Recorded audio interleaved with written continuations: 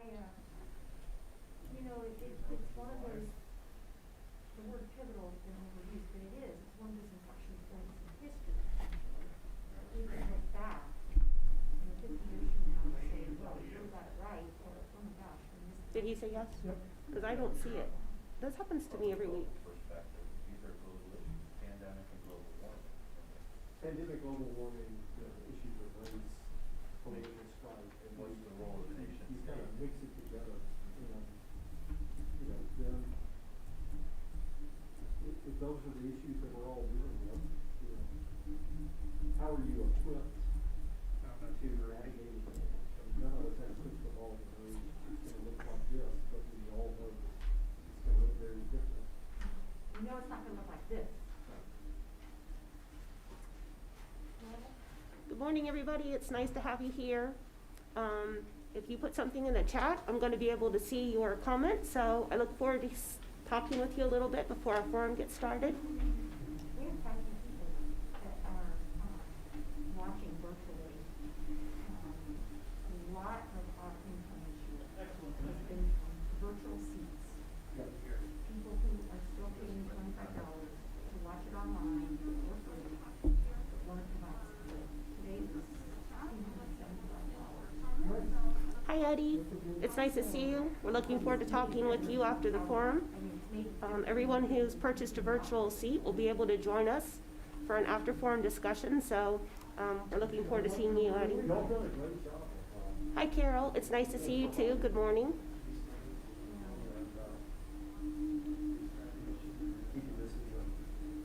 We're excited to have Dr. Johnson visiting with us today. We have had very little interaction with her media-wise, so it's going to be interesting to have her on stage. I'll give you a simple example. I was talking about If other people want to chime in to let me know who's tuning in, that would be great. This is one of those mornings, it's kind of nice you don't have to come to the boathouse. Even though we miss seeing everybody, it's kind of nice to sit at home with your cup of coffee instead of getting in your car. Yes. Yes. I suspect you're getting a lot of, that kind of reach.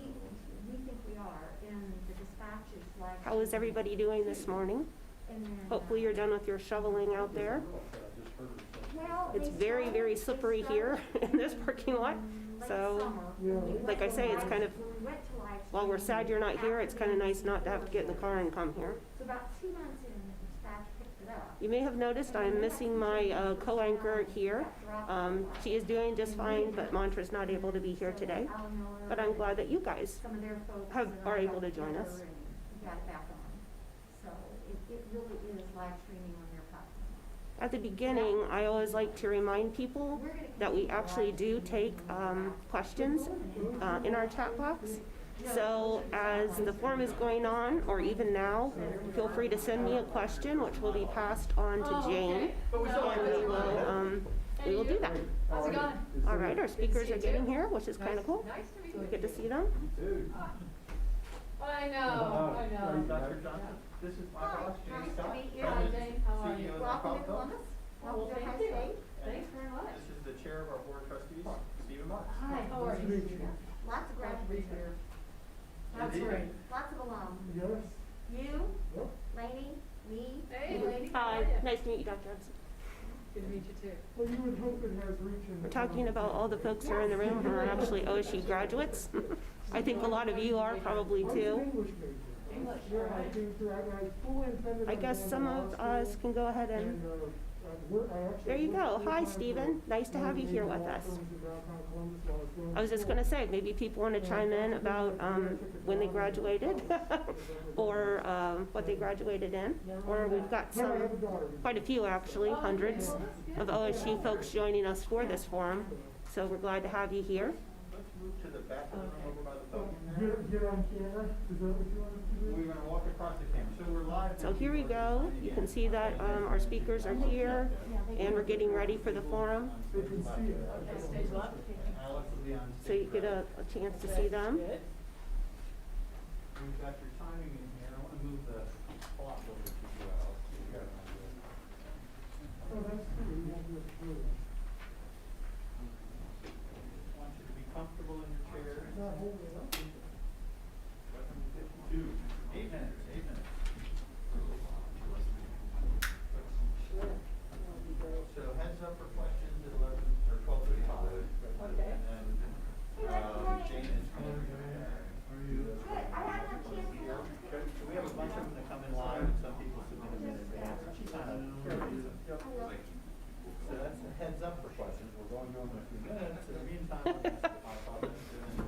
Carol, yes, thank you for sharing. You graduated in 1964. I doubt you are the oldest. You claim that you are, but I don't think you probably are the oldest person watching. Okay. If I do this, it means not wrap it up, it just means speak a little quicker. Okay, good. If I go like this, it means talk a little slower. For those of you who are just joining us, we're having a chat in the chat box. If you would like to share, if you're an OSU grad, maybe when you graduated or what you studied, we're just kind of chatting about that a little bit. And also a reminder, if you have questions for Dr. Johnson, we will be able to pass some of those along. So if you would like to put that question in the chat box for me, I will pass it on to Jane. I like doing that, what you just said, you know, maybe, Stephen, is that That's what what I like to. like keep it on and then just as we speak, just take it off so people can see? Right. Yeah, okay. So we're humans. Yeah. I also think that it will help with enunciation and Yeah. people hearing over the issue. That is an important point. The reason it comes up is our city health director, Dr. Mike Sheik, is doing everything with her mask on for the optics of it. So whether it's safe or not to take it There you off. go. Thanks, The more Eddie. people Geology. wearing the mask, the better. But Geology. That's interesting. And political if you want science. to start, that's a really good. Does anyone else want to share some of their information about when they graduated or what they studied? If you're eating, you can have your mask off, but I keep my mask on. and I will say that I graduated in 1990, so that was a fun start to that decade, and I studied communication. A lot of things have changed on campus since then, so. For about 5 minutes still. Hi, Kathy. Questions in advance? I do. All right, Newcomb School of Architecture. Very cool. Gotchas. Yep. We're getting a lot of different representation here. For those of you who are tuning in early, we're just talking a little bit about when we graduated and what we studied, just as a fun little chat here. With the light, Oh, it's so much better. But was it passive? Hi, Richard, class of 78, all right. So I I like that story. All right. Hey, the important thing is that you came back and you finished, so we're glad that you're joining us today. Is there anybody else who'd like to share? Thanks for tuning in early for this little free-for-all that we do. You'll see that our speakers have been talking, getting some instruction on the forum, need to say it, but it's not myself. and we're looking forward to their discussion. Hi, Sherry. All right. 1981. Yes, good job. And MBA in 88. Awesome. We're glad you're here with us. Even though now Jane is standing right in front of the camera, I am still here. Anyway, that's good, thank you. Oh my gosh, yes, Richard, 3:30 a quarter.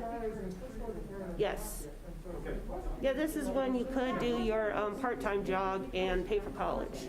That was the good old days. Hi, Bill, how are you? It's good to see you today. Sorry that Jane is standing right in front of the camera. Okay. All right. Hi, I'm back again.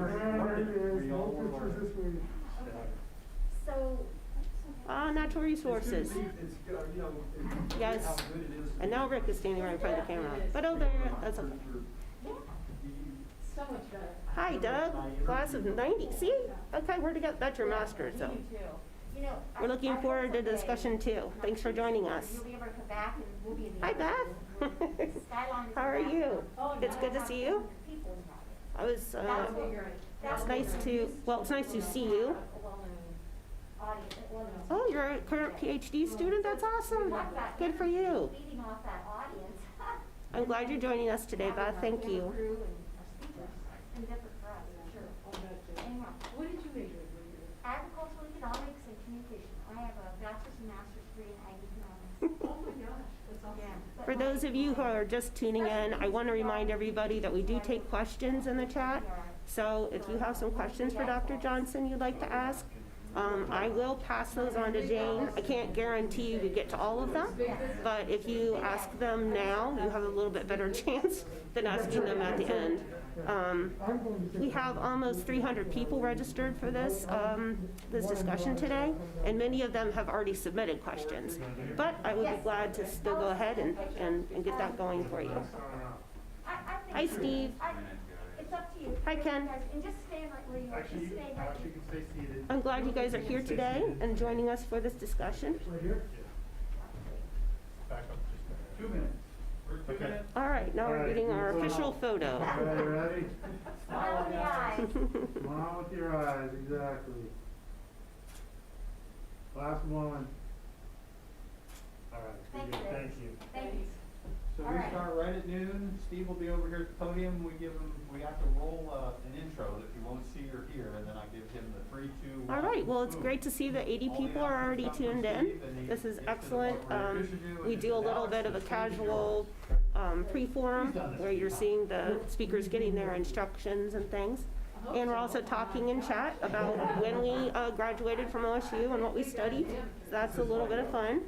How many times have you hosted Saturday Night Live? And Doug is already starting us off with a question, which is awesome. This is probably about the 5th time, I think. Jane and I were talking, it seems like forever ago when Cameron and Mitchell and I were here. This year, yeah. I mean, that was just You mean that was this year? Yeah, but it was kind of right coming out of not the height of. Okay. I think it was about. Hi, Roger. It was the first opening of the Oh, restaurant. our agriculture. They could open it Roger, once. you probably know Jane then. She's really close with everybody from that school. Please. Good to hear from you. Hi, And Chris. please make sure your phones are turned off. That's right, go Bucks. They're over. Coming up on noon. Whoop. Yep. All right, it's good to see 120 of you are already signed in and ready for our forum. I've said this a couple times, but I'll let you guys know, the new folks coming in. If you put a question in chat, I am able to pass that on to Jane. I can't guarantee we'll have all of them covered, but we will do our best with Dr. Johnson.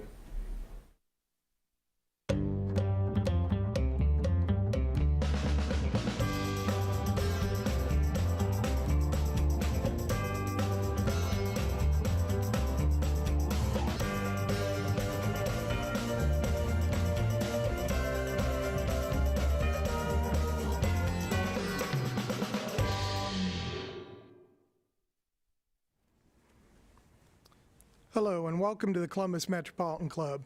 I'm Steve Marks, Chair of the CMC Board of Trustees and President of Hannah News Service here in Columbus. It's great to have you join us today. Let me start out by welcoming some new members. Vanessa Harmon with Tech R2 LLC, Kim Zavislak with KPMG, Lindsay Andrews and Nikki Wildman with The Design Group. Thank you all. Conversation moves us forward and members power our conversations. We need you, the patrons and fans of CMC, to step up and support our mission by becoming a member. Metro Club live streaming is presented by the Emergency Response Fund of the Columbus Foundation and in partnership with the Columbus Dispatch and PNC. Today's forum is sponsored by U.S. Bank, the Robert Weiler Company, Deloitte, and Steptoe & Johnson, and today's forum is the Joseph and Carol Newcomb-Alutto Legacy Forum focusing on higher education. We'd like to thank those of you watching today who purchased a virtual seat for this forum. We are grateful for your support. We're able to continue live streaming services in large part because of you. Thank you. You can learn more about CMC, register events, join or renew your membership, or make a donation anytime at columbusmetroclub.org. Universities provide strong foundations for the lucky communities where they exist. In Columbus, Ohio, Ohio State is a medical center, a leader of research and innovation, a major employer, a business incubator, a cultivator of arts, a center for athletics, all while serving as an education hub and home to thousands of residents. And unique to higher education, a university president presides over it all.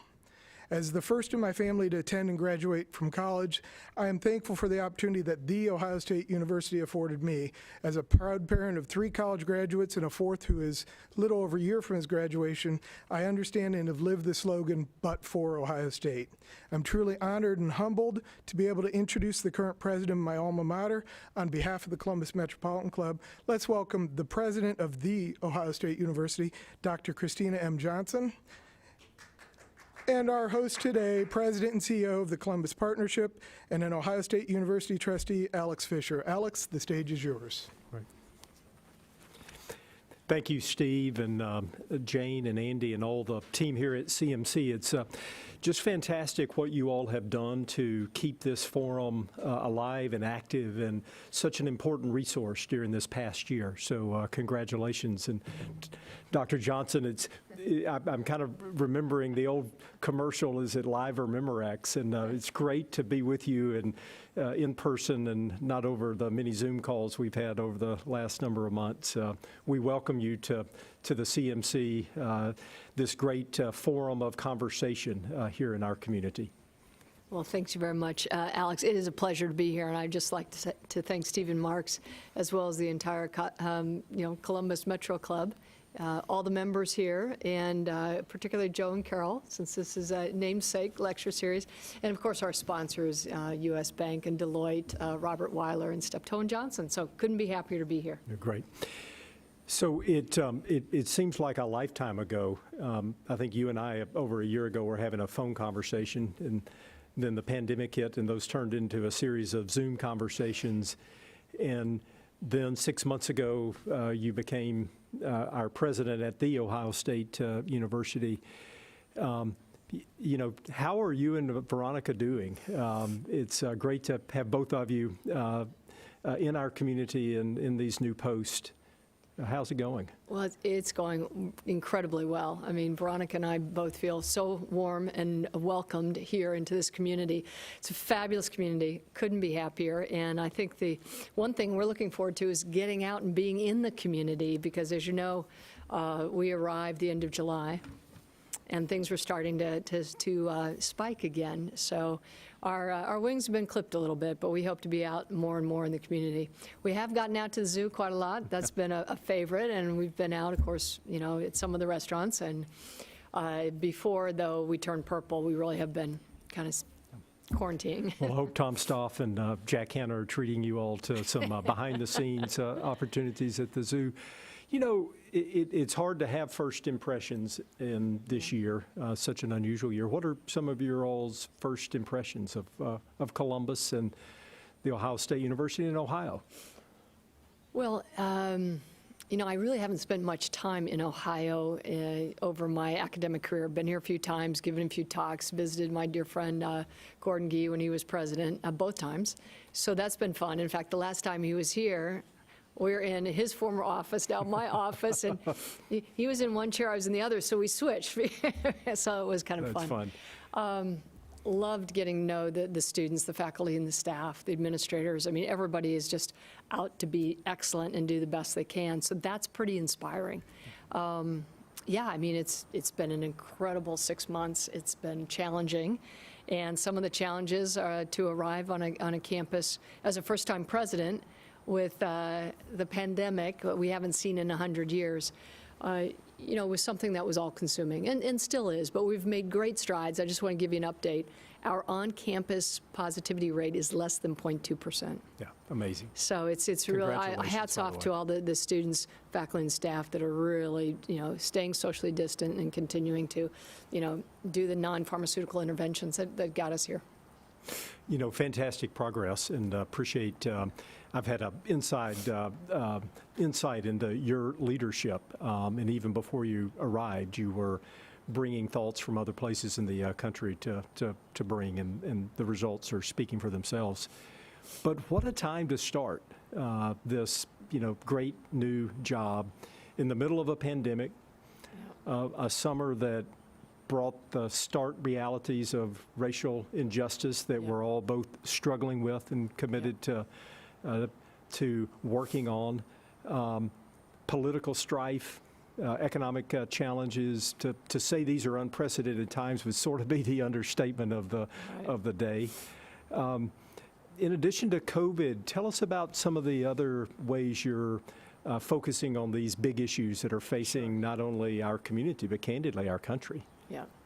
Well, as you said, we're facing some unprecedented challenges.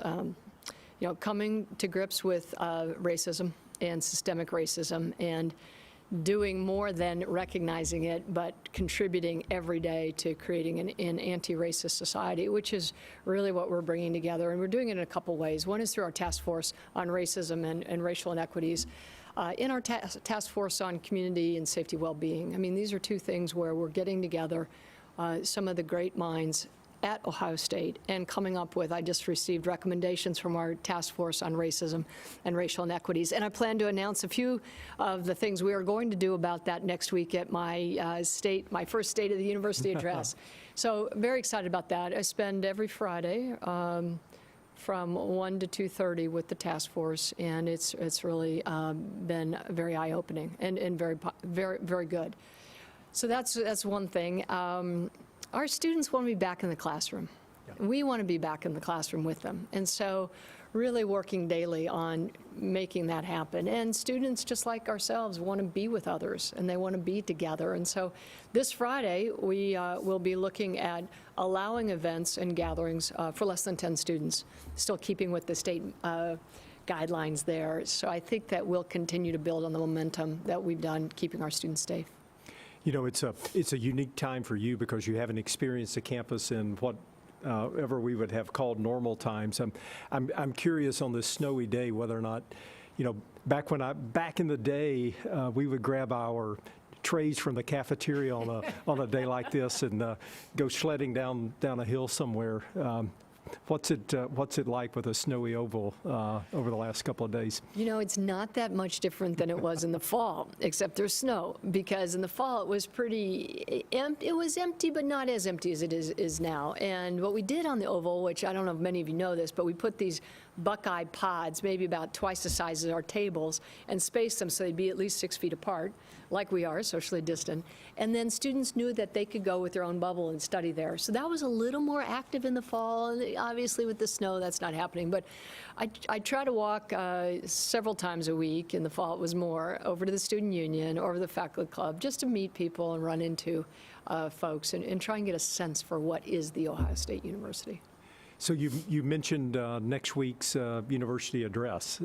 Any insights here? You know, breaking news that we might look forward to? You know, I've really worked hard on it, and it's not quite where I want it to be, but it will be. And it's, first of all, how do you take an iconic institution like the Ohio State University and boil it down to something that, you know, you can talk about for 30 minutes, right? So there's breaking news. It shouldn't be longer than 30 minutes. You know, one of the things that's so special about the Ohio State University, of course, is its land grant status. So trying to define and envision what that land grant university in the 21st century shall be. And clearly, we have the opportunity to define that because of our size, scope, and scale. We have everything. We have 7 health sciences colleges. We have, of course, a great liberal arts, engineering, business. Now I've started to mention them. If I don't mention all 15, I'll be in trouble. So wait till next week, where I will. We can do it all. And so here's, to me, the exciting thing about the Ohio State University. It was built to allow people from ordinary backgrounds to do extraordinary things. And that was my grandfather. My grandfather grew up on a farm here. He came here to Ohio State when there were 770 students. We have almost 100 times that today. And it helped him do great things. So there'll be a little bit of work in it about my granddad, of course. I've seen his diploma in your office, very prominently displayed. That's what a unique connection for you to kind of come full circle in the family journey back in Ohio. You know, and that was the one thing when, of course, I visited that day and you showed me around during the interview process, and we went to the Oval, and I looked over and there was that huge tree, and you could imagine that huge tree might have been there 100 years ago when my grandfather was there. And he and my grandmother might have sat under that big tree, and I just started to envision what it would be like for us to be here, and it was very easy, so it was really fun. So thank you. So that day, I remember you and Veronica and I buckled up in a helicopter and took a tour of the city because it was an unusual time. It was like, how do you show off this great and vibrant city during the pandemic? And we took a helicopter ride around the city and discussed and toured how do you think about, a city as vibrant as Columbus is, and, one of the greatest institutions of higher education, and how they intersect in the town-gown relationship? So that was an amazing view, because it's, the university is enormous and the city is spectacular. And I think the other part of the land grant mission, of course, is to serve those we influence in the communities they live. So I think that is another feature that I'm so proud of what Ohio State does in the community, and even more of the work that we can do together in the community. And I think part of that will also be an entrepreneurship initiative that might be announced next week. I was speaking yesterday with Chancellor Gardner. I don't want to give away his thunder because he's testifying next Thursday to the Finance Committee. No, I won't do that. But I will say he's got a pretty interesting statistic on the impact of educational attainment on the economy. So stay tuned for his address. It's stunning.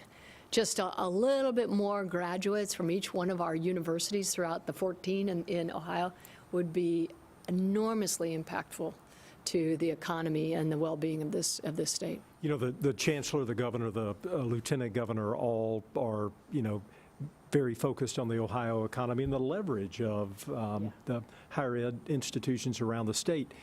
And we oftentimes, those of us in Columbus, think of Ohio State, as Columbus, but, really a reach all over the state. How are you thinking about the breadth and impact of all of our regional campuses? Yeah, I'm glad you mentioned that, because as you know, I came from a university system in New York that had 64 campuses. So the fact that we have 5, really, I get it. I understand the importance and how we link together. I've had the opportunity to visit one in person, one virtually. I'll be visiting all the campuses and all the colleges the rest of this spring. And they are really interesting, really extraordinary. They do it all. They do research, they do discovery, they do the teaching. And that some of the professors from our regional campuses do sabbaticals here at the Columbus campus. Some from the Columbus campus do sabbaticals at the regional campuses. So it is actually a pretty integrated and well-oiled little mini system, which I think gives us the opportunity to reach all students and adult learners in all 88 counties. That is a huge opportunity, as you said, to leverage. That land grant mission, the Morrell Act, President Lincoln, if President Lincoln could somehow magically, come back and see Columbus and the Ohio State University today, what do you think he would say to that original vision? I hope he would smile and say, wow, this I couldn't even have envisioned what that one act would have done, right? Now, what's interesting, and I'd say this might be another little inkling of next week's speech, I do think that we have the opportunity to bring to life the legends of our history through machine learning and the kind of advances we've made in technology. So stay tuned. I think the application of machine learning to the arts, the history, and the social sciences has been underappreciated, and we need to be a leader to bring that to the fore. You've often talked about the interdisciplinary nature of how what happens in arts and sciences intersects with what might happening in the engineering laboratory or over in the School of Medicine. Talk about that interplay of the breadth of Ohio State. Well, and we're doing that so well here. I'm thinking about a number of different examples, even when we think about just setting up, which we did last summer, the testing facility. And this was a phenomenal really collaboration between the Wexner Medical Center and our researchers, Dr. Morley Stone, Dr. Peter Moeller, Andy Thomas, Hal Paz, et cetera. Now that I've started to mention, I get in the same trouble again, but, and Christy Bortolo. So you had folks that understood what the testing needed to look like, and you had folks that understood how to do it at scale. Right. And seeing them work together, within 2 weeks, we went from testing 300 people a day to 3,000, which is probably the reason we were able to stay open. If you go to the shot, and hopefully many of you will go to the shot when your turn comes, and I'm looking forward to mine to get vaccinated. Go to the shot to get your shot? Yeah, go to the shot and get your shot, exactly. That was a collaboration between our athletics department and, again, our logistics and the Wexner Medical Center. And I've gone through and I've toured it and watched it. That works like a well-oiled machine, too.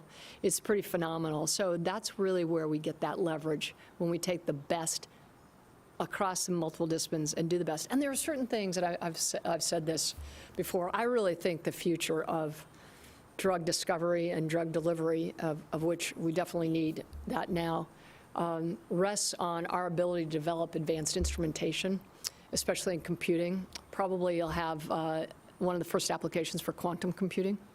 So I wouldn't expect a quantum computer to be built in the Wexner Medical Center, no more than I expect the Wexner Medical Center would expect the physics department to invent and develop a vaccine. But working together, they absolutely will. And the speed at which it's been done this last year was because of cross-disciplinary teams working all over the country. So I think it's something Ohio State gets, and that's something that my role as president and Bruce McFerrin and provost and our deans all working together, we will see many more of those breakthroughs. So you mentioned entrepreneurship, and you're no stranger. You came out of government and founded a company and grew it in the renewable energy space. Talk about your own experiences in the business world and how you're bringing those back into the academic setting now. Well, yeah, I'd be delighted to. So first of all, I have to define what an entrepreneur means to me. This is going to get me in trouble with everybody, but because now they'll want to be entrepreneurs, and then that'll be good. But I think an entrepreneur is knowing the right thing to do without being told.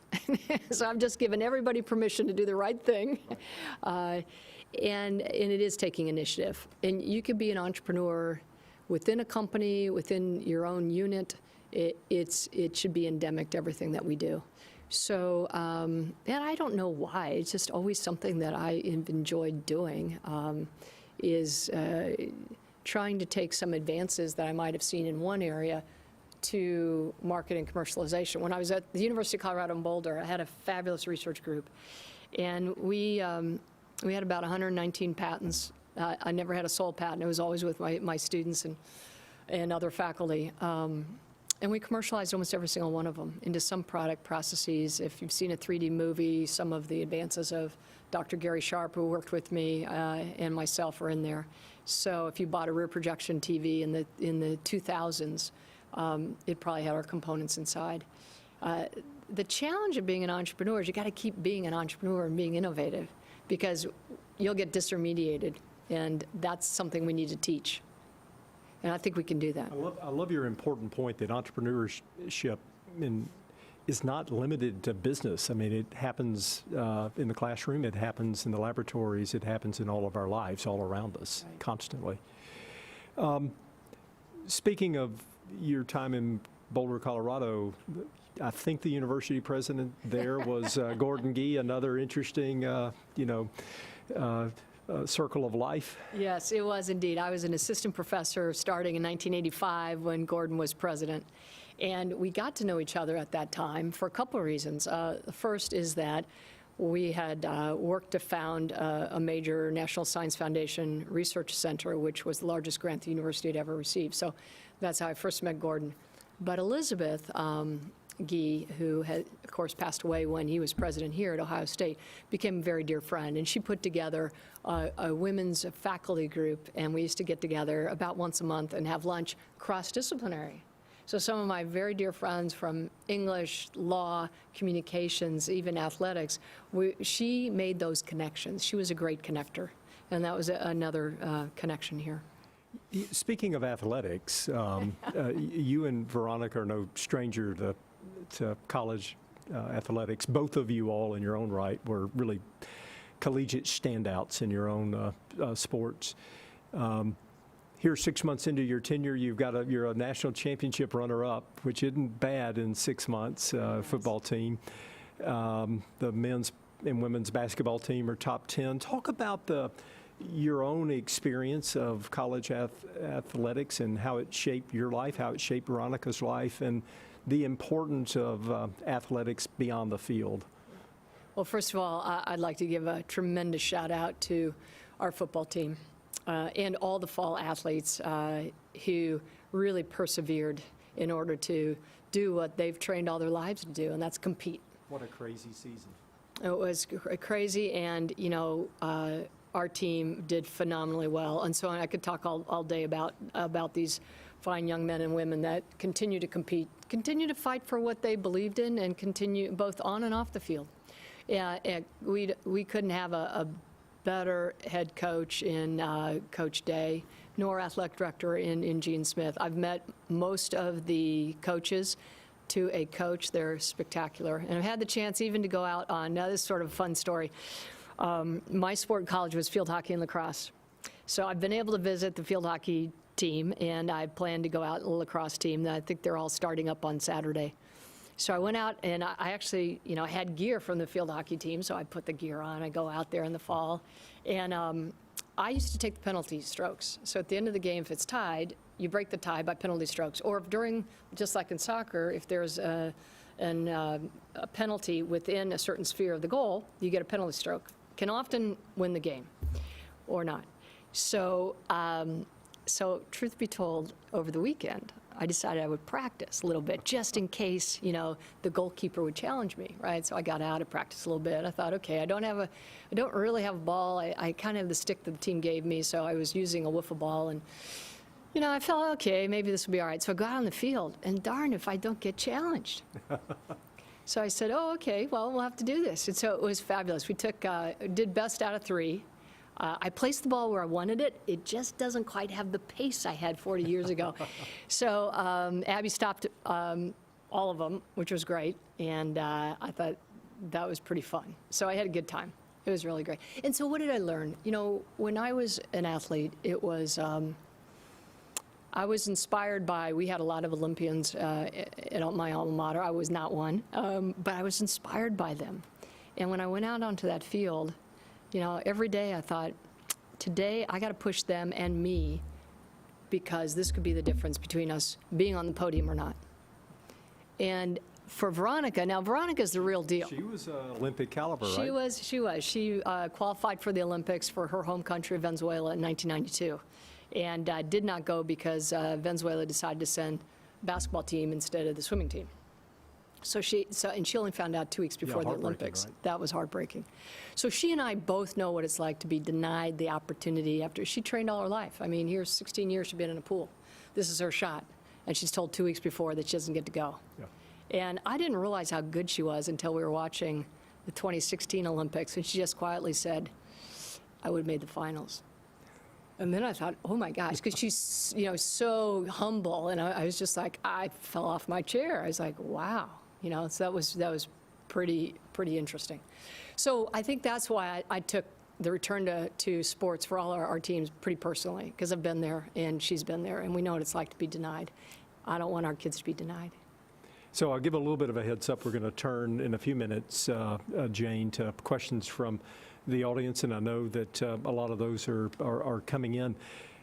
You're having a lot of fun, aren't you? Yes. Yeah, I mean, you can just tell with both you and Veronica. Yeah. It's a fun time in life, and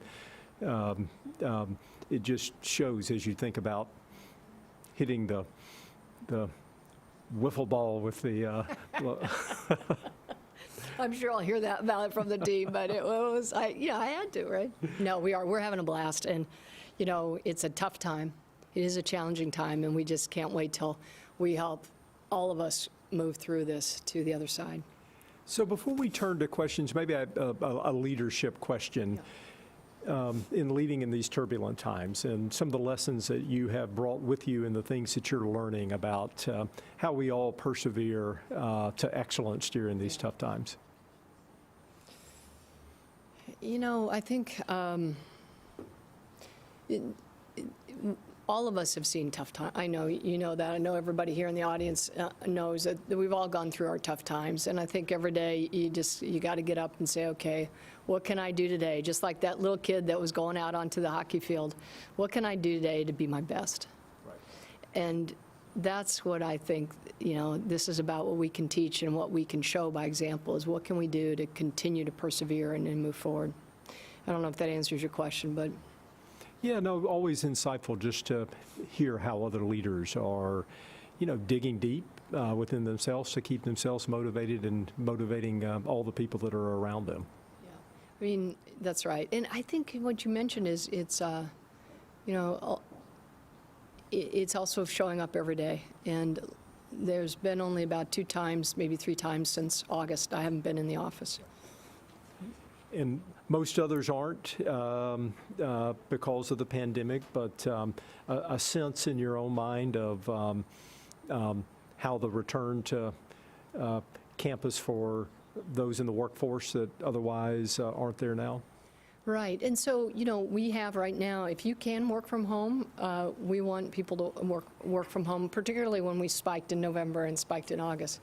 I think now that we've got on campus below 0.2%, off campus below 0.5%, and starting to look at vaccination, and as we continue to carry out the non-pharmaceutical interventions, we're looking right now about how we return to a reactivated campus in the fall.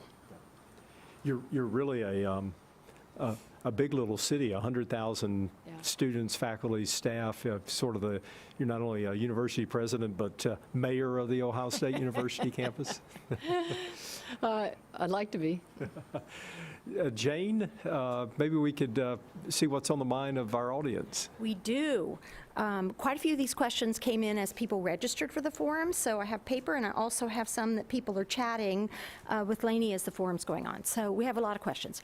Roger Blackwell from the Blackwell Business Advisors, who you may know is the Blackwell Inn. Are there plans to interest and teach students in entrepreneurship in majors beyond the business school? Absolutely. And we were talking a little bit earlier. I really think everybody in every field can be an entrepreneur because it's all about taking initiative, and it's about seizing an opportunity, a need, and going after it. So we're really exploring right now how we do a broad cross-university entrepreneurship program certificate, as well as opportunities to go out and, without announcing what we might announce next week, a program that would empower and enable students to pursue an entrepreneurship focus in their particular field. I'm reminded of a stat, the average age of the Fortune 100 CEO when they founded the company is 25 years old. Really? And, it's kind of a proven phenomenon of entrepreneurship happening, but it's not unique just to a business school, right? It's happening out of the English department, and it's happening in all aspects of disciplines. Yep, and we saw that this year with the Root IPO. Yeah, right. Barbara Fergus has a question that is a little bit parallel to this, has some similarities. Many universities have an honors college, which benefits both students and university advancement. Do you have any plans to add this college to OSU? Well, Barbara, hello. It's good to hear from you. We met, I think one of my 4 or 5 visits, so I look forward to seeing you again when we can.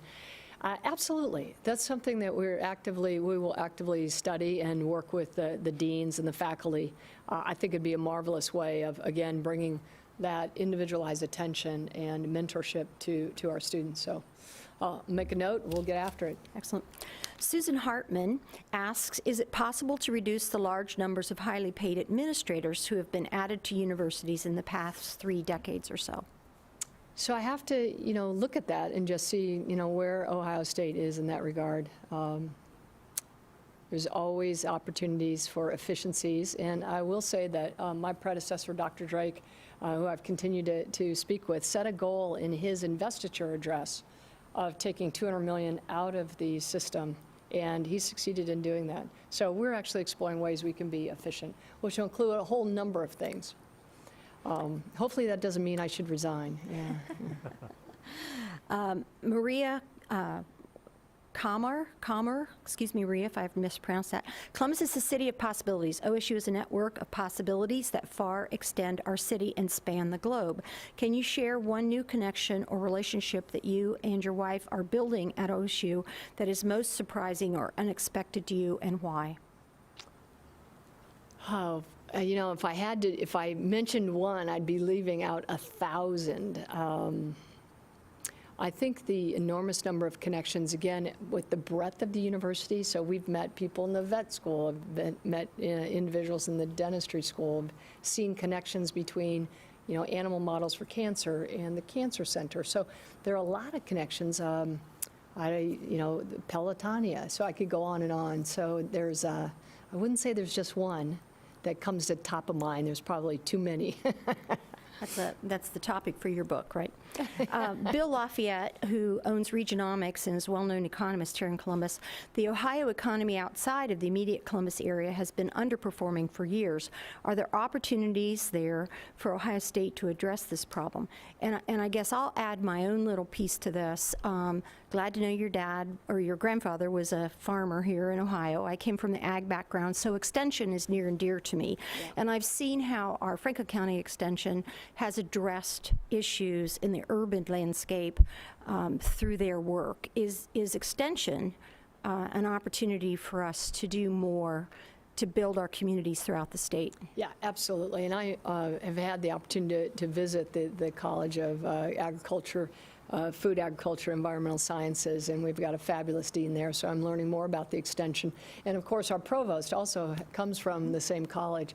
So how we utilize that, and again, I think going back to the Morrill Act, how do we utilize them to bring technology and innovation to the local communities, I think is clearly what we need to be doing. And we, one statistic that I read was there's something like 25 to 30 million adult learners in the U.S. with some sort of higher education but never completed a degree or a certificate.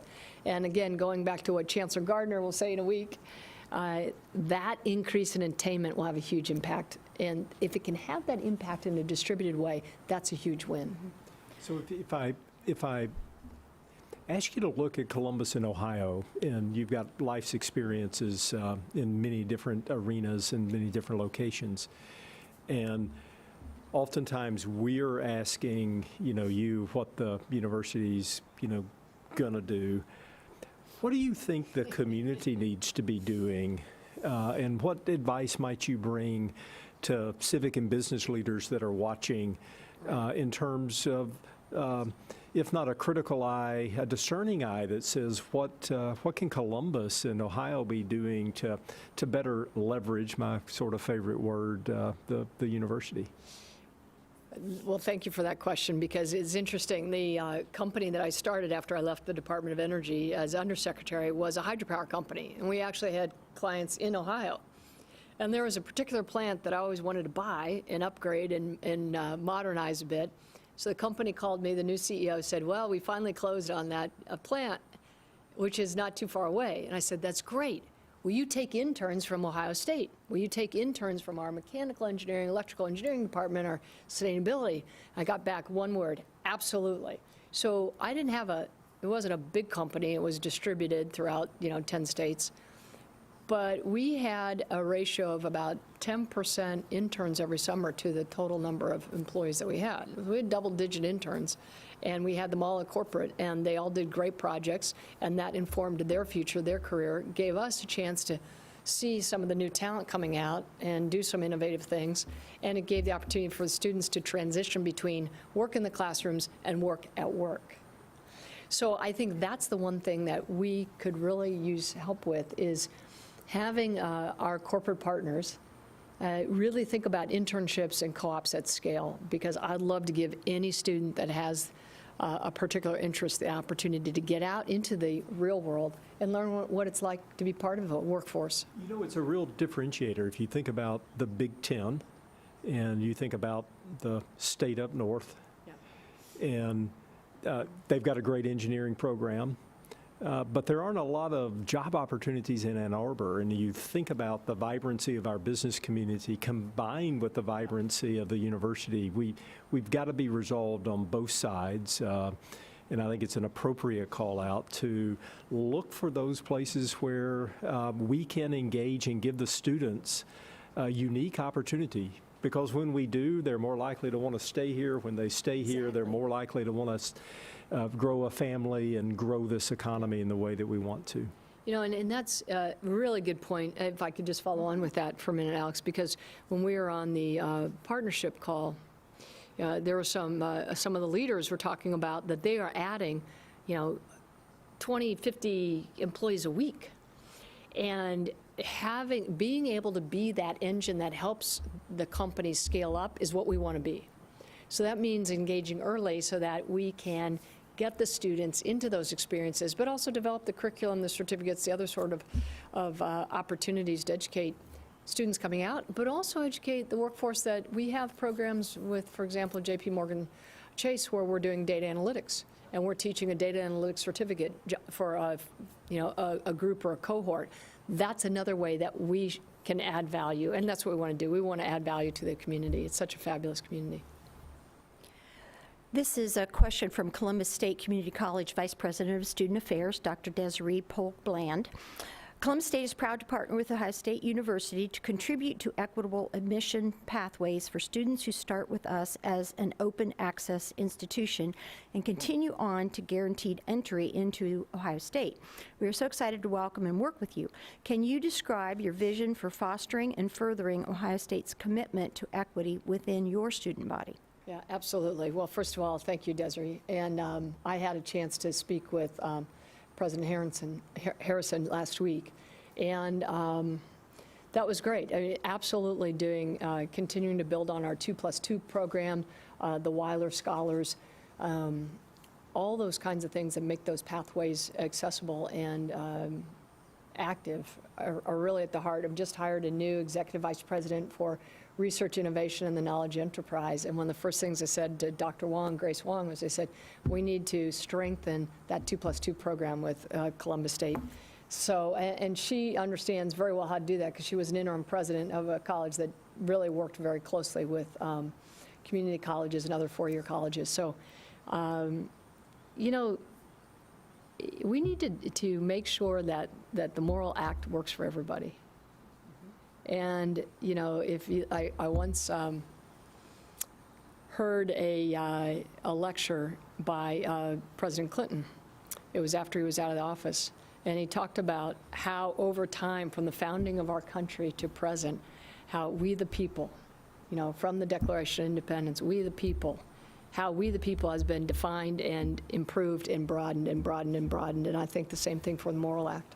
And access and affordability then just becomes a critical piece. I think the 2+2 partnership is one part of that equation. It's huge. I know you're very committed to continuing. I think it's an area where Dr. Drake really inspired us to go further, and you're following in those footsteps.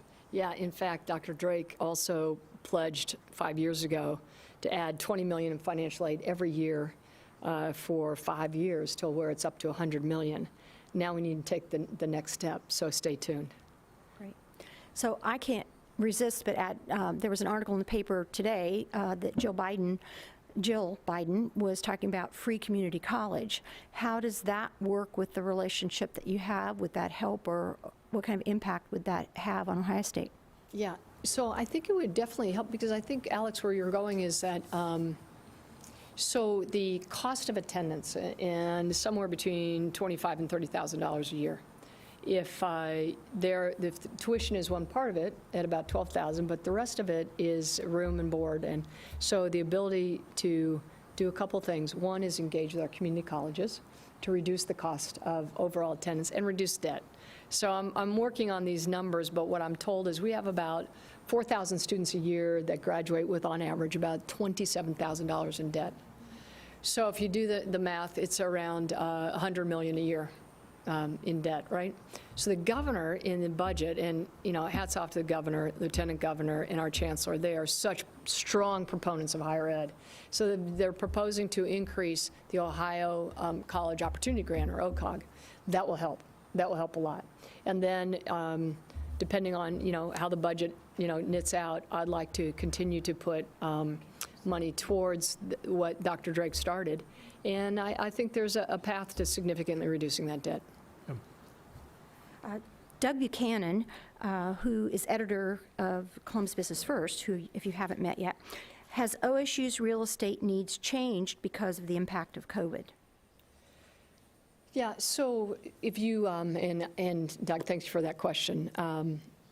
I would say most companies, not universities per se, but most companies would look at maybe 25 to 30% of their workforce may not be in the office going forward. Now, that's looking at it now, and they'll always have hard to say if what next 5 or 10 years are going to look like. So you might think, well, if that's the case, then what would you expect around universities? So there's a couple things I would say.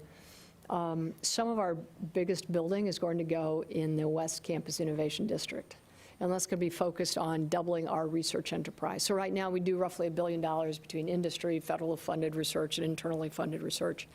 I've set a goal, talked to Dr. Paz, he's on board, our chancellor, Grace Wong, she's on board. Let's double that within the decade. If we do that, you need a lab and a place in part to work. Now, there's a lot of work that can be done remotely and on computers and computer simulation. But at the end of the day, the quantum computer is going to need a lab, going to need drug discovery is going to need facilities too. So I think it's a little bit different. I think that there will be continuous construction and building for those modern facilities. We need to carry out our mission, which is unique in that regard. So the Innovation District, I could take you back to studies 15 years ago that were, admiring what other universities and cities had done in partnership with their states. Big effort by the state of Ohio to try to spur some things along. I know you've not been working on things, and not to jump ahead of formal announcements. How do you think about placemaking and districts and places that you and I have visited in our careers as a part of the equation for not only growing the city economy, but also the intersection of business and the academy? This is probably one of the most exciting things that The Ohio State University will be doing over the next decade, and that is really strategically designing and then implementing the West Campus Innovation District, which, may have a new name, may not. We have to see how that grows out. So I think about it, and if I look at places that I've lived and actually worked in, whether it was the Bay Area, near Stanford Research International, or Research Triangle Institute, Research Triangle Park, each one has been unique and different. And in some ways, I would say Silicon Valley is more of an organic growth, whereas RTP was, I think, designed top down. There were certain anchor tenants that were attracted in, and then the entrepreneurship took a little while to grow. I think we could have the best of both worlds here. If we think also about having a place where we could combine affordable and fun housing opportunities with the labs, with places for, when I lived and did a Fulbright scholarship in Edinburgh, one of the most fun things was to get together with people at night in the public establishments, shall we say, and talk about the designs, and we were designing some new chips. In fact, the chip cameras that are in every cell phone were actually developed out of the University of Edinburgh at the time that I was there. So this was a very active and entrepreneurial time. So having the ability to get together in fun places outside of the lab, then go back to the lab, I think is something that we need to be very deliberate about how we design, which is another reason why I wanted to bring in Dr. Grace Wong, to actually have somebody who gets up every day, thinks exactly about how to orchestrate and work with all of our partners to make this happen for the betterment of the city and the state and the country. So you've been bringing in some world-leading teammates, new dean of engineering, certainly Dr. Wong is coming and helping you with the enterprise side of things. Can you talk about your team approach and how you think about constantly getting the best people in the best positions? Sure. Well, first of all, as you mentioned, and I mentioned before, Dr. Wong, we also have a pretty exciting, we've had a tremendous College of Engineering dean in Dave Williams, and I've known him for a long time, and Dave's awesome. He's stepping down, but he's staying, and so he's going to be working on some special projects, which is great. And then we have a new, really up-and-coming dean, Dr. Ayanna Howard. She is an expert in autonomous vehicles, robotics. She leads the School of Interactive Computing at Georgia Tech. Some of the innovations that Georgia Tech has led over the last 25 years that took them from being ranked in the 30s as an institute, college, to top 10, top 5 has been phenomenal. So she's lived in that DNA, and part of it was the Georgia Tech Research Institute, which is right near Georgia Tech. So again, having that innovation campus near Ohio State and to have that interplay, I think, will be really important. building a team, that's always, I think, the best part of these jobs, because getting people together, different backgrounds, diverse, dedicated, hardworking, and kind. I think that's it. Optimistic and kind. I think those are sort of the traits that I look for. And we've been blessed to have leaders here that are like that, and leaders that we'll bring in from outside as well. I suspect Ryan Day would say the best athletic facilities are not going to produce a national championship team, but the recruiting and putting together the team, and that's what you're doing every day, right? Right. Finding the best in the existing team and in recruiting new members to be a part of it. Absolutely, and I think Coach Day is giving a talk in, I think, 2 weeks to all the undergraduates, and I'm thrilled about that. See, that's where I do think that Ohio State's got a bit of the secret sauce, because you see everybody pulling together for the betterment of the whole. The fact that, you know, undergraduates wanted to hear from him, wanted to hear what it was like to lead that group and of fine young men through the war that ended up to be the national championship game, I think was exciting. But it's also the lessons learned, you know, the Wednesday night real life, how we expand that for the whole university. Seeing excellence wherever it is, celebrating it, expanding that, that's what it's all about. And that's why we're having a blast. Jane, I think we've got time for one more question. And I'm going to combine two questions because I have a sense that the answer is probably going to be about the same. Catherine Gerber from the Ohio State University, what's been your biggest surprise about taking the helm of Ohio State University? And Bill Wahoff, he wants some help. What can I say to my West Point grad to convince him to attend OSU School of Law? Well, I'm happy to reach out to the West Point grad, and I have spoken to the graduates of West Point, and we'd be thrilled to have anyone there that would want to come to the Ohio State, of course. Biggest surprise, wow. There've been a lot. I think I think one surprise, and I wouldn't have expected it, but it was just so heartwarming, was I do pop in with the president along with Dr. Melissa Shivers, who are Senior Vice President for Student Life, and we do it with the students that are in isolation and quarantine. And just to see their spirit and to see them so upbeat, I didn't expect that. I was inspired by it. I was, thrilled. I love, they're so innovative. I know that I tweeted this out in the fall, so we had one student, this was early days, so this was the first time that we're just trying this out. Okay, we're going to we're going to isolate students who are COVID positive, and we're going to quarantine students that have been exposed to it. So one student who was positive, he had taken the water bottles and he had built a little bowling alley in his room. And he took the orange and he would roll it down, the hallway, and he would play. Of course, he's on his own, so he'd be playing, singles bowling. But I said, send me a photo of that, and it was great. And then he sent the video of it. I think seeing that innovation, that spirit of, I'm in here for 10 days, this is going to be tough, but hey, this is what I did, this is what I'm going to do. And then to see the band go out, it's great. It's awesome. Yeah. We are so happy you're here. Your vision, your energy, your inspiration is genuinely exciting to all of us. We are so excited to be at a point in time where we can be like this in person and give you and Veronica big hugs and official welcomes, but know that this is a community that's not simply rooting for you. We're here as your partner, and I know you are our partner as well, and it showed from day one, and it shows up, today. So thank you for what you're both doing. Thank you. Thank you very much, and thank you, everyone. We'll need your help. We want your help and appreciate your support. Steve, we'll turn it back to you. Thanks. I hope you found today's forum enjoyable and informative. I get the strong feeling we're Ohio State's in very good hands into the future.